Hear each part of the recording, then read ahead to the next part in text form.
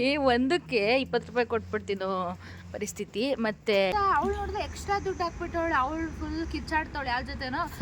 I am cooked. ತುಂಬ terminal ಕೋಮಾಗಿ ಹೋಗಿದ್ಲಲ್ಲ, ಹೆಕ್ಟಿಕ್ ಲೈಫ್ ಅಲ್ಲ, ಬ್ರೈನ್ ಡೆಡ್ ಆಗಿರುತ್ತೆ ಮತ್ತು ಆಫ್ ಡೆಡ್ ಇರ್ತಾರೆ ಆ ಥರ.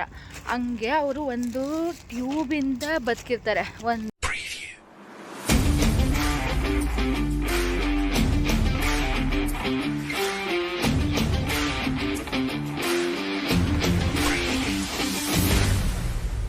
Hi guys, welcome back to my YouTube channel Moulya Gowda vlogs. ಅಯ್ಯೋ ತುಂಬ ಚೆನ್ನಾಗಿದ್ದೀರಾ ಎಲ್ಲರೂ ಅಂತ. ತುಂಬ ದಿನ ಆದಮೇಲೆ ವ್ಲಾಗ್ ಮಾಡ್ತಿದ್ದೀನಿ. ಲಾಸ್ಟ್ ವ್ಲಾಗ್ ಮಾಡಿದ್ದೆ ಟ್ರಿಪ್ಪಲ್ಲಿ, ಅದೇ ವೀಡಿಯೋಸ್ ಅಪ್ಲೋಡ್ ಮಾಡ್ತಿದ್ದೆ ಇಷ್ಟು ದಿನ. ಆ್ಯಂಡ್ ಕ್ಲಾಸ್ ಸ್ಟಾರ್ಟ್ ಆಯಿತು, ಲೈಕ್ 2 ವೀಕ್ಸ್ ಆಯಿತು ಕ್ಲಾಸ್ ಸ್ಟಾರ್ಟ್ ಆಗಿ, 2 ವೀಕ್ಸ್ ಮೇಲೆ ಆಯಿತು. ಫುಲ್ಲು ಒಂಥರ ಏನಂದರೆ ಈ ವೀಕ್ಸ್ ಫುಲ್ ಇದೇ ಇಲ್ಲ, ಫ್ರೀನೇ ಇಲ್ಲ, ಆ ಥರ ಆಗಿಬಿಟ್ಟಿದೆ. ಇವತ್ತು ವ್ಲಾಗ್ ಸ್ಟಾರ್ಟ್ ಮಾಡ್ತಿದ್ದೀನಿ ಯಾಕಂದರೆ ನಮಗೆ ಹೊಸ ಸಬ್ಜೆಕ್ಟ್ ಸ್ಟಾರ್ಟ್ ಆಗಿದೆ, ಹೊಸ ಸೈಕಲ್ ಸ್ಟಾರ್ಟ್ ಆಗಿದೆ. ಆಲ್ರೆಡಿ ಒಂದು ಸಬ್ಜೆಕ್ಟ್ ಸೈಕಲ್ ಮುಗೀತು, ಎಕ್ಸಾಮು ಮುಗೀತು. ಇವಾಗ ನಂಗೆ ಹೊಸ ಸಬ್ಜೆಕ್ಟ್ ಸ್ಟಾರ್ಟ್ ಆಗಿದೆ. ಅದು ಯಾವುದು ಅಂದರೆ ಕೃತಿದು favourite subject neurosurgery. So ಇವತ್ತು ಅಂದರೆ ಇವತ್ತು ಸೆಕೆಂಡ್ ಡೇ ಆ್ಯಕ್ಚುಲಿ, ನಿನ್ನೆ ಸ್ಟಾರ್ಟ್ ಆಗಿದ್ದು. ಸೊ ಇದಕ್ಕೆ ಕರ್ಕೊಂಡು ಹೋಗ್ತೀವಿ ಅಂತ ಹೇಳಿದ್ದಾರೆ, ಓ ಟಿಗೆ, ಇಲ್ಲಾಂದರೆ ಪೇಷಂಟ್ಸ್ ಎಲ್ಲ ನೋಡೋದಕ್ಕೆ. So we are so excited. So ಗೊತ್ತಿಲ್ಲ ಓ ಟಿ ಕರ್ಕೊಂಡು ಹೋಗ್ತಾರೆ ಅಂತ, ಬಟ್ ಸ್ಕ್ರಬ್ಸ್ ಎಲ್ಲ ತೊಗೊಂಡಿದ್ದೀವಿ ನಾವು, ಅವ್ರು ಹೇಳಿದ್ದಾರೆ ಪ್ರೊಫೆಸರು. ಸೊ ಅದಕ್ಕೆ ವ್ಲಾಗ್ ಸ್ಟಾರ್ಟ್ ಮಾಡ್ತಿದ್ದೀನಿ. ಆ್ಯಂಡ್ ನಾನು ತುಂಬ ದಿನ ಆಗಿತ್ತಲ್ವ ನನ್ನ ಡೇಸ್ ಎಲ್ಲ ಶೇರ್ ಮಾಡಿ, ಅದಕ್ಕೆ ವ್ಲಾಗ್ ಸ್ಟಾರ್ಟ್ ಮಾಡ್ತಿದ್ದೀನಿ. ಬನ್ನಿ, ಇವಾಗ ಟೈಮ್ ಆಗಿಬಿಟ್ಟಿದೆ, ಹೋಗೋಣ. ಎಸ್, ಅದಕ್ಕಿಂತ ಮುಂಚೆ ನನಗೆ ಇದು ಬನಾನಾ ಕ್ರೇವಿಂಗ್ ಆಗಿಬಿಟ್ಟಿತ್ತು, ಬನಾನಾ ತಿನ್ನಬೇಕಂತ. ನಿನ್ನೆ ಗ್ರಾಸರಿಗೆ ಹೋದಾಗ ತಂದಿದ್ದೀನಿ ಬನಾನಾ, ತಿನ್ನೋಣ. ಅದು ಎಷ್ಟು ಬನಾನಾ ತಂದಿದ್ದೀನಿ ಗೊತ್ತಾ? ಒಂದೇ ಬನಾನಾ. ಒಂದು ಬನಾನಾಗೆ 20 ರೂಪೀಸ್ ಪೇ ಮಾಡಿಬಿಟ್ಟು ತಂದಿದ್ದೀನಿ ಗೈಸ್. 20 ನಿಯರ್ಲಿ 20 ಅಲ್ಲ 20+ ಪೇ ಮಾಡಿದ್ದೀನಿ ಈ ಒಂದು ಬನಾನಾಗೆ. ಸಖತ್ ಕ್ರೇವಿಂಗ್ ಆಗ್ತಿತ್ತು ನಂಗೆ ಬನಾನಾ ತಿನ್ಬೇಕಂತ. ನೆನ್ನೆ ತಂದಿದ್ದು, ಅದಕ್ಕೆ ಇವಾಗ ತಿನ್ನೋಣ ಬನ್ನಿ. ಏನಂದರೆ ಇಂಡಿಯಾದಲ್ಲಿ 20 ರೂಪಾಯಿಗೆ 1 kg ಬನಾನ ಬಂದುಬಿಡ್ತೈತೆ, ಪಚ್ಚಬಾಳೆಹಣ್ಣು. ಇಲ್ಲಿ ಒಂದಕ್ಕೆ 20 ರೂಪಾಯಿ ಕೊಟ್ಬಿಡ್ತೀನೋ ಪರಿಸ್ಥಿತಿ. ಮತ್ತು ಏಲಕ್ಕಿ ಬಾಳೆಹಣ್ಣಂತೂ ಕೇಳೋಕ್ಕೆ ಹೋಗಬೇಡಿ. ಒಂದು ಚಿಪ್ ಇರುತ್ತೆ, ಒಂದು ಚಿಪ್ಪಿಗೆ ನಿಯರ್ಲಿ 1500 ರೂಪೀಸ್ ಅಂತೆ. ಮೈ ಗಾಡ್, ನಾನು ಇಲ್ಲಿ ಬಂದರೆ ಬನಾನೇ ತಿನ್ನಲ್ಲ ಗೈಸ್, ಆ ಥರ ಆಗ್ಬಿಟ್ಟಿದೆ. ಆದರೂ ಬನಾನಾ ತಿಂದರೂ ಟೇಸ್ಟ್ ಇಲ್ಲ. ನಮ್ಮ ಇಂಡಿಯನ್ ಬನಾನಾ ಥರ ಬರೋದೇ ಇಲ್ಲ. ಇದೆಲ್ಲ ಏನೋ ಹಾಕಿ ಬೆಳೆಸ್ತಾರೆ, ಇಲ್ಲ ಇಂಪೋರ್ಟೆಡ್ ಇರ್ತೈತೆ, ಟೇಸ್ಟ್ ಇರಲ್ಲ. ಬಟ್ ತಿನ್ನಬೇಕು.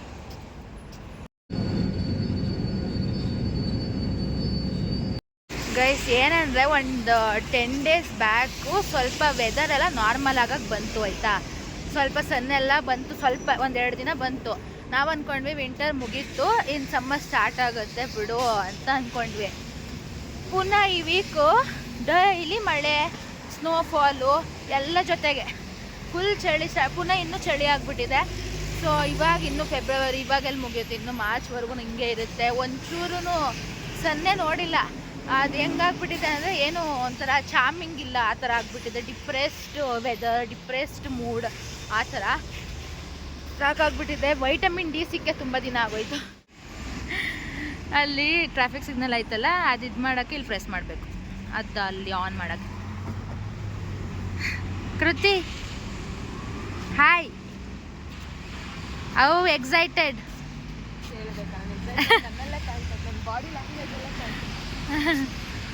ಇವಾಗ ಹಾಸ್ಪಿಟಲ್ ಹತ್ರ ಬಂದ್ವಿ, ಸ್ವಲ್ಪ ಬೇಗನೆ ಬಂದ್ವಿ. ಯಾಕಂದರೆ ಪ್ರೊಫೆಸರ್ ನೆನ್ನೆ ಸ್ವಲ್ಪ 10 ನಿಮಿಷ ಲೇಟ್ ಆಗಿತ್ತು. ನಾನು ಕರೆಕ್ಟ್ ಟೈಮಿಗೆ ಬರೋಕ್ಕೆ ಹೇಳಿದ್ದೆ, ನೀವು ಬಂದಿಲ್ಲ, ಮತ್ತು ಬೇರೆ ಯೂನಿವರ್ಸಿಟಿ ಸ್ಟೂಡೆಂಟ್ಸ್ ಎಲ್ಲ ಆಕ್ಯುಪೈ ಮಾಡ್ತಿದ್ದಾರೆ ಅಂತೆಲ್ಲ ಹೇಳಿದರು. ಅದಕ್ಕೆ ಬೇಗನೆ ಬಂದ್ವಿ. ಮತ್ತು ಇಲ್ಲಿ ಇದಕ್ಕೆ ಹೋಗಬೇಕು, ಲೈಕ್ ಫಾರ್ಮಸಿಗೆ ಹೋಗ್ಬಿಟ್ಟು ಗ್ಲೌಸು ಅದೆಲ್ಲ ತೊಗೋಬೇಕು.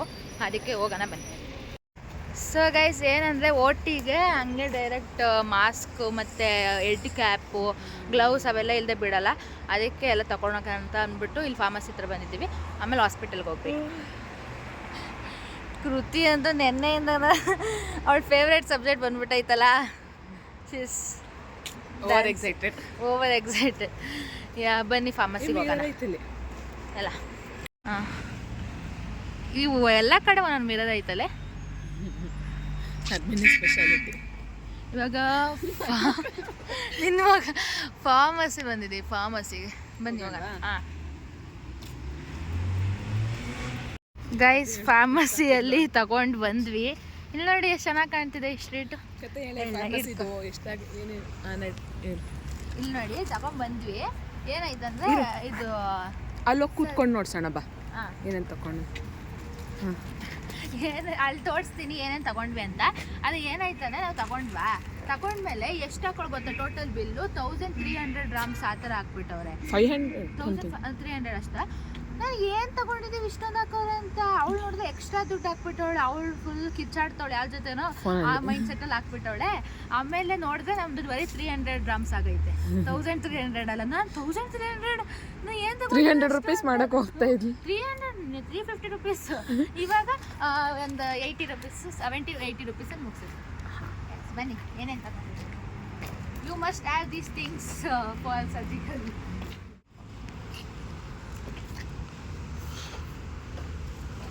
ನೋಡಿ ಏನೇನು ತಂದಿದ್ದೀನಿ ಅಂದರೆ,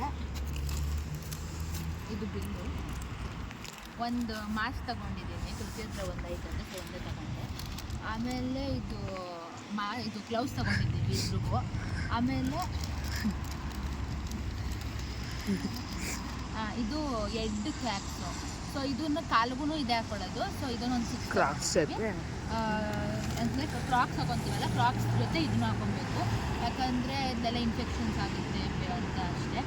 ಮತ್ತು ಓಟಿಗೆ ಬಿಡಲ್ಲ ಆ ಥರ ಎಲ್ಲ ಇದು ಮಾಡಿದ್ರೆ, ಅದಕ್ಕೇ ಎಲ್ಲ ತೊಗೊಂಡು ಇವಾಗ ನಾವು ಎಷ್ಟು 45 ಮಿನಿಟ್ಸ್ ಬೇಗ ಬಂದಿದ್ದೀವಿ.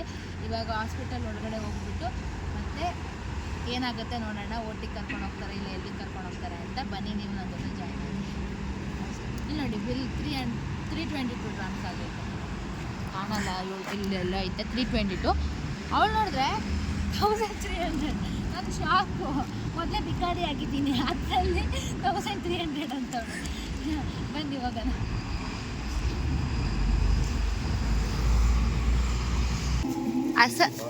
ಅಸ ನಮಸ್ತೆ. ನಮಸ್ತೆ ಅಸ, ನಮಸ್ತೆ ನಮಸ್ತೆ. ಜಿಮ್ಮಿ ಆಜಾ ಆಜಾ. ಈ ನನ್ನ ಮಕ್ಕಳಿಗೆ ತಿಂದ್ಬಿಟ್ಟು ಮನೇಲಿ ಬೇರೆ ಏನ್ ಕೆಲಸ ಇರಲ್ಲ, ಇಲ್ಲಿ ಬಂದು ನಿಂತ್ಕೊಂಡು ಹೋಗೋ ಬರೋರ್ನೆಲ್ಲ ತರಲೆ ಮಾಡ್ಕೊಂಡು ಪೋಸ್ ಕೊಡ್ತಿರ್ತಾರೆ ಬಡ್ಡಿ ಮಕ್ಕಳು. ಹಾಸ್ಪಿಟ್ಲಲ್ಲಿ ಲಿಫ್ಟ್ ಇದ್ರೂ 6 ಫ್ಲೋರ್ ನನ್ನ ಮೆಟ್ಲನ್ಸಿ ಕರ್ಕೊಂಡು ಹೋಗ್ತಾವಳೆ. ಬೆಳಗ್ಗೆ ಆದರೆ ಜಿಮ್ ಇದಾಗ್ಬಿಡ್ತಾಳೆ, ಫಿಟ್ನೆಸ್ ಅಂತ. ರಾತ್ರಿ ಆದರೆ ಹಪ್ಳ ಸಣ್ಣಿಗೆ ಕರೀತಾಳೆ. ಇದೆಂಥದ್ದು.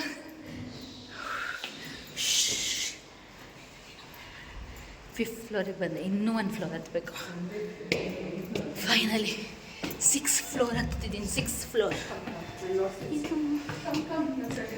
ಏನು ತೋರಿಸ್ತೀಯಾ? ಕೃತಿ ಡಿಪಾರ್ಟ್ಮೆಂಟ್ ತೋರಿಸ್ತಾಳಂತೆ.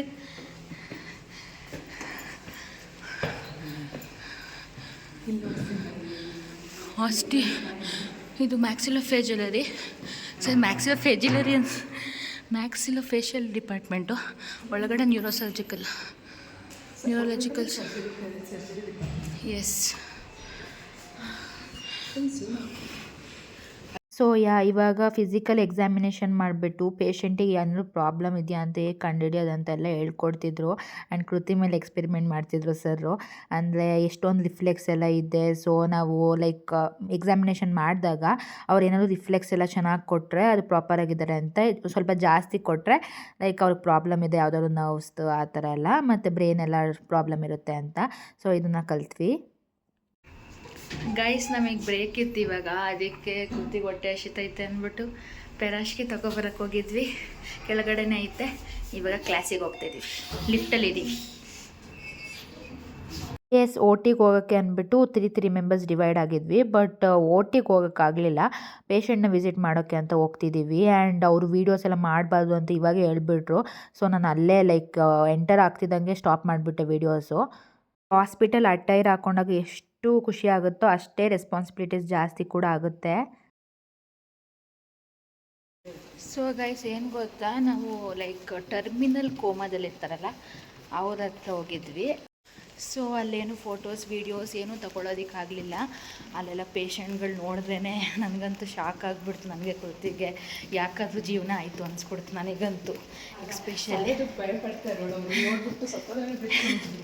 ಕೃತಿ ಸಾವು ಅಂದರೆ ಭಯ ಪಡೋಳು, ನೋಡ್ಬಿಟ್ಟು ಸತ್ತೋದ್ರೇ ಬೆಸ್ಟು ಅಂತ ಅನಿಸ್ಬಿಡ್ತು ಅಂತವಳೆ. ಇಲ್ಲಿ ಹಾಸ್ಪಿಟಲಲ್ಲಿದ್ದೀನಿ, ಆಮೇಲೆ ಹೇಳ್ತೀನಿ ಏನಂತ. ಸೊ ಗೈಸ್ ಏನಂದರೆ ಅಲ್ಲಿ ಫುಲ್ಲು ಸ್ಟ್ರಿಕ್ಟ್ ಇತ್ತು, ವೀಡಿಯೋ ಮಾಡೋಂಗಿರಲಿಲ್ಲ. ಮತ್ತು ಅಲ್ಲಿ ವೀಡಿಯೋ ಮಾಡೋ ಪರಿಸ್ಥಿತಿನೂ ಇರಲಿಲ್ಲ, ಯಾಕಂದರೆ ತುಂಬ ಟರ್ಮಿನಲ್ ಕೋಮಾಗಿ ಹೋಗಿದ್ಲಲ್ಲ. Hectic life.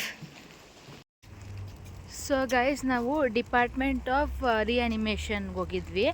ಅಲ್ಲಿ ಪೇಷಂಟ್ಗಳು ಹೆಂಗೆ ಅಂದರೆ ಇವಾಗ ಕೋಮಾಗಿ ಹೊಟ್ಟೋಗಿರ್ತಾರಲ್ಲ, ಬ್ರೈನ್ ಡೆಡ್ ಆಗಿರುತ್ತೆ, ಮತ್ತು ಆಫ್ ಡೆಡ್ ಇರ್ತಾರೆ, ಆ ಥರ. ಹಂಗೆ ಅವರು ಒಂದು ಟ್ಯೂಬಿಂದ ಬದುಕಿರ್ತಾರೆ, ಒಂದು ವೆಂಟಿಲೇಟರಿಂದ ಬದುಕಿರ್ತಾರೆ ಅಷ್ಟೇ. ಆ ಪೇಷಂಟ್ ಒಬ್ಬರು ನೋಡಿದ್ವಿ ಇವತ್ತು. ಇದು ಒಬ್ಬರು ಅಜ್ಜಿ ಆಯಿತಾ, ಒಂದು 70-80 ಆಗಿತ್ತಾ ಅಜ್ಜಿಗೆ? 70-80 ಇಯರ್ಸ್ ಆಗಿತ್ತು. She is totally dead. ಅವ್ರ ಕಣ್ಣು ತೆಗೆದು ನೋಡಿದ್ರೆ ಇದಿದೆಯಲ್ಲ ಪ್ಯೂಪಿಲ್, ಅದು ಹಿಂಗೆ ಸ್ಟ್ರಕ್ ಆಗೈತಿ. ನಂಗೆ ನೋಡಿದ ತಕ್ಷಣ ಭಯನೂ ಆಯಿತು, ನಂಗೆ ಅಳುನೂ ಬಂದುಬಿಡ್ತು ಒಂದೇ ಸರಿ. ಒಂದು ಇದರಿಂದ ಬದುಕಿದ್ದಾರೆ ಅವರು, ಟ್ಯೂಬಿಂದ. ಅಂದರೆ ಇಟ್ಸ್ ಲೈಕ್ ಏನು ತುಕ್ಕಿ ಇಟ್ಕೋಬೇಕು ಅಷ್ಟಿದಾಗಿ ಅಂತ. ಬಟ್ ಅವ್ರು ಹೇಳ್ತಾರೆ ಅದಕ್ಕೊಂದು ಕನ್ಸೆಂಟ್ ಬೇಕಾಗುತ್ತೆ. ಆ ಕನ್ಸೆಂಟ್ ಕೊಟ್ಟಮೇಲೆ ಅವ್ರು ತೆಗ್ದುಬಿಟ್ರೆ ಸತ್ರು ಅಂತ ಫುಲ್ ಡಿಸೈಡ್ ಆಗುತ್ತೆ. ಇಲ್ಲಾಂದರೆ ಹಾಗೆ ಇಸ್ಕೊಳ್ಳೋದು. ಮತ್ತು ನಾನು ಏನಕ್ಕೆ ಅಲ್ಲಿ ವೀಡಿಯೋ ಮಾಡೋಕ್ಕಾಗಲಿಲ್ಲ ಅಂದರೆ ಅಲ್ಲೆಲ್ಲ ರಿಯಾನಿಮೇಷನ್ ಸೆಂಟರಲ್ಲಿ ಎಲ್ಲದನ್ನೂ ನೇಕಡಾಗಿ ಮಲಗಿಸಿರ್ತಾರೆ. ಒಂದು ಬೆಡ್ಶೀಟ್ ಅಷ್ಟೇ ಒದಿಸಿರ್ತಾರೆ, ವುಮೆನರಾಗಲಿ ಮೆನ್ನರಾಗಲಿ ಎಲ್ಲರಿಗೂ. ನಮಗೆ ಒಂಥರ ಆಗೋಯ್ತು. ಹೆಂಗೆ ಅನಿಸ್ತು ಕೃತಿ? ನನಗೆಲ್ಲ ಕೇಸ್ ಇಂಟ್ರೆಸ್ಟಿಂಗ್ ಅನಿಸ್ತೈತೆ. ಆದರೆ ಅಜ್ಜಿನ ನೋಡ್ಬಿಟ್ಟಂತೂ ಫುಲ್ ಒಂಥರ ಬದುಕಕ್ಕೆ ಆಸೆನೇ ಇಲ್ಲದೆ ಬದುಕಕ್ಕೆ ಆಸೆ ಇರೋರು ಅಜ್ಜಿನ ನೋಡ್ಬಿಟ್ಟಿದ್ರೆ ನಾನು ಇನ್ನೇನು ಬಿಡು, ನನ್ನ ಜೀವನೇ ಬೇಡ, ಜೀವನನೂ ಬೇಡ, ಏನೂ ಬೇಡ ಅಂತ ಅನ್ಸ್ಬಿಡ್ತೈತೆ. ಹಂಗೆ ಅನ್ಸುತ್ತೆ ನನಗಂತೂ ಸೀರಿಯಸ್. ಅದು ಹೆಂಗಿದ್ರು ಗೊತ್ತಾ, ಬರೀ ಬಾಯಿ ಹಿಂಗೆ ಓಪನ್ ಐತೆ ಟ್ಯೂಬ್ ಇನ್ಸರ್ಟ್ ಮಾಡಿರೋದ್ರಿಂದ. ಕಣ್ಣು ನಾವೇ ಓಪನ್ ಮಾಡಿ ನೋಡಿದ್ವಿ. ಕಣ್ಣು ಓಪನ್ ಮಾಡಿದ್ರೆ ಪ್ಯೂಪಿಲ್ ಹಂಗೆ ಐತಿ, ಹಿಂಗೆ ಸ್ಟ್ರಕ್. ಅದು ನಮ್ದಾರು ಈ ಮೂಮೆಂಟ್ ಐತಿ, ರಿಯಾಕ್ಟ್ ಏನೂ ಇಲ್ಲ. ಸುಮ್ಮನೆ ವೆಂಟಿಲೇಟರ್ ಮೇಲೆ ಬ್ರೀತ್ ಮಾಡ್ಕೊಂಡು ಅವ್ರು ಅಷ್ಟೇ. ಟೋಟಲ್ ನಮ್ಮ ಸರಿ ಹೇಳಿ ಟೋಟಲ್ ಬ್ರೈನ್ ಡೆಡ್ ಅದು ಅಂತ.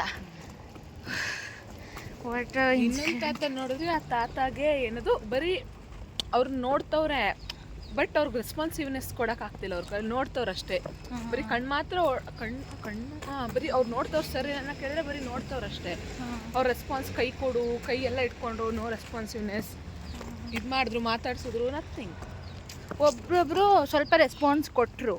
ಇನ್ನೊಂದು ವಾಪಸ್ ಬರ್ತಾಯಿದ್ನಲ್ಲ, ಅವಾಗ ಒಂದು ತಾತ ನಡ್ಕೊಂಡು ಹೋಗ್ತಿದ್ರೆ ಹಿಂಗೆ, ಅಂದರೆ ಹೆಡ್ ಮೂವ್ ಮಾಡ್ತಲ್ಲ, ಬರೀ ಕಣ್ಣಿಂದನೇ ನೋಡ್ತಾರೆ.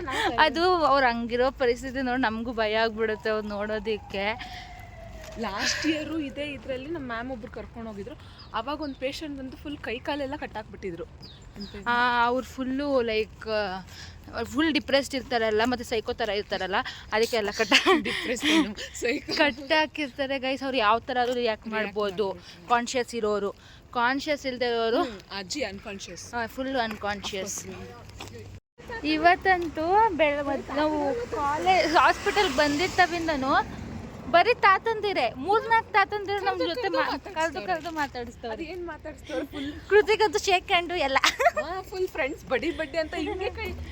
ಅಯ್ಯೋ ಬರ್ತೈತೆ ಅಂತ ಹೇಳ್ಬಿಟ್ಟಿದ್ವಿ ಭಾಷೆ. ಏನೋ ಸುಮ್ಮನೆ ನಮ್ಗೆ ಬರೋದೇ ಒಂದು 4-5 ವರ್ಡು, ಅದನ್ನೇ ಹೇಳೋ, ಅದನ್ನೇ ಸುತ್ತಿ ಪತ್ತಿ ಅದೇ ಹೇಳೋದು. ಹೇಳು ತಾತ ಹೇಳಿದ್ರಲ್ಲ, ಈ ತಾತ ಒಂದೊಂದು ಪದ ದೊಡ್ಡ ಸೆಂಟೆನ್ಸ್ ಆಗ್ತೈತೆ ಅನ್ನೋ ಥರ. ಅವರಿಗೆಲ್ಲ ಖುಷಿ ನಾವು ಅದನ್ನ ಮಾತಾಡ್ಬಿಟ್ರೆ ಇವ್ರ ಲ್ಯಾಂಗ್ವೇಜ್ನ. ಇವಾಗ ಟೈಮ್ ಎಷ್ಟಾಗೈತೆ? 5:21 ಆಗೈತೆ ಟೈಮು. ಇವಾಗ ಬಸ್ಸಿಗೆ ವೆಯ್ಟ್ ಮಾಡಬೇಕು. ಹೋಗ್ತಾ ಇದ್ದೀವಿ ಬಸ್ ಸ್ಟ್ಯಾಂಡಿಗೆ. ಆ ಬಸ್ ಬಂದು ನಾವು ಹೋಗೋಷ್ಟರಲ್ಲಿ ಆಯ್ತಾಯ್ತು ಈ ಟ್ರಾಫಿಕಲ್ಲಿ. ನೋಡಿ ವೆದರ್ ಹೆಂಗೈತೆ. ಒಂದಿನ ಇದೇ ಬೆಸ್ಟು.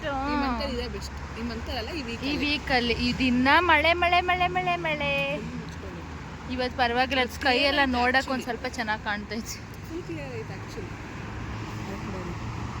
ನೈಸ್. ಹೀಗೆ ಸನ್ ಬಂದುಬಿಟ್ರೆ ಮಾರ್ಚ್. ಸೊ ಗೈಸ್, ಈ ಒಂದು ವ್ಲಾಗ್ನ ಇಲ್ಲಿಗೆ ಎಂಡ್ ಮಾಡ್ತೀನಿ. ನಿಮಗೆ ಈ ವಿಡಿಯೋ ಇಷ್ಟ ಆಗಿದ್ದರೆ ಲೈಕ್, ಶೇರ್ ಆ್ಯಂಡ್ ಸಬ್ಸ್ಕ್ರೈಬ್ ಮಾಡಿ. ಏನಿಲ್ಲ, ಲೈಕ್ ತುಂಬ ಕಲಿಯೋದಿದೆ ಜೀವನದಲ್ಲಿ, ಸಬ್ಜೆಕ್ಟ್ಸಲ್ಲಿ ನೀಟಾಗಿ ಫೋಕಸ್ ಮಾಡಿ ಕಲಿಬೇಕು. And I promise my self ನಾನು ಮಾಡೇ ಮಾಡ್ತೀನಿ ಅಂತ. ಯಾ ಸೊ ಬಾಯ್, ಮತ್ತೆ ಇನ್ನೊಂದು ವ್ಲಾಗ್ ಜೊತೆ ಸಿಗ್ತೀನಿ, ಇನ್ನೂ ಫನ್ ವ್ಲಾಗ್ಸ್ ಜೊತೆ ಸಿಗ್ತೀನಿ. ಇವಾಗ stay tune, lots of love.